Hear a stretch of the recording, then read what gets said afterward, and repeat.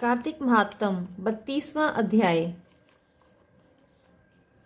कथा शुरू करने से पहले हमें गणेश जी महाराज जी का ध्यान करना चाहिए। हाथ में फूल चावल लेने चाहिए और कथा सुनते समय कहानी का हुंकारा जरूर भरना चाहिए, जिससे कि संपूर्ण कथा का फल प्राप्त हो सके। बोली गणेश जी महाराज जी की जय।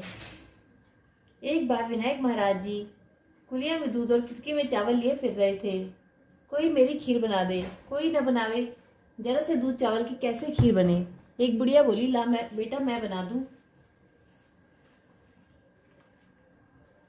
विनायक को बुढ़िया ने घर में बिठाया और बोली कि लोटा लेके चल दी। विनायक जी ने कहा कि बुढ़िया कहाँ चली। बोली, बेटा दूध चावल खांड लेने जाऊं हूं। बोले, अपने घर में दे।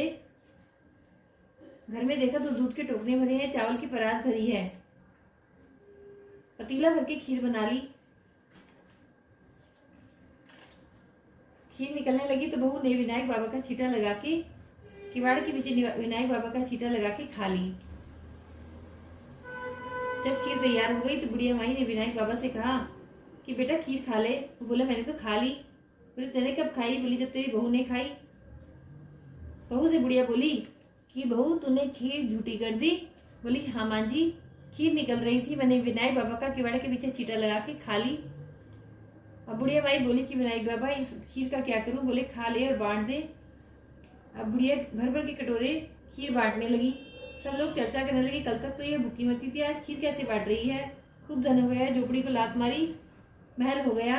जैसे विनायक बाबा बुढ़िया माई पर कृपा करी, ऐसे हम सब पर करना। कहते सुनते हुंकारा भरने वालों पर करना। बोलिए गणेश जी महाराज की जय। कार्तिक महात्म 32वां अध्याय। भगवान श्री कृष्ण कहते हैं, प्रिय, यूं कहकर देवर्षि नारद जी चले गए।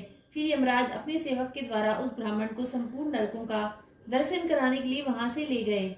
इसके बाद यम की आज्ञा का पालन करने वाला प्रेतराज धनेश्वर को संपूर्ण नरकों के पास ले गया और उनका अवलोकन करता हुआ इस प्रकार कहने लगा। प्रेतराज ने कहा कि धनेश्वर, महान भय देने वाले इन घोर नरकों की ओर दृष्टि डालो। इनमें पापी पुरुष सदा यमराज के सेवकों द्वारा पकाए जाते हैं। यह जो भयानक नरक दिखाई देता है, इसका नाम तप्त बालुक है। जो मनुष्य बलि वैश्व देव के अंत में भूख से दुर्बल हो घर पर आए हुए अतिथियों का सत्कार नहीं करते, वे अपने पाप कर्म के कारण इस नरक में कष्ट भोगते हैं। जो गुरु, अग्नि, ब्राह्मण, गौ, देवता तथा मूर्धाभिषिक्त राजाओं को लात मारते हैं, वे भी पापी यहाँ दृष्टिगोचर हो रहे हैं। इस नरक के 6 अवान्तर भेद हैं। नाना प्रकार के पापों के कारण इनमें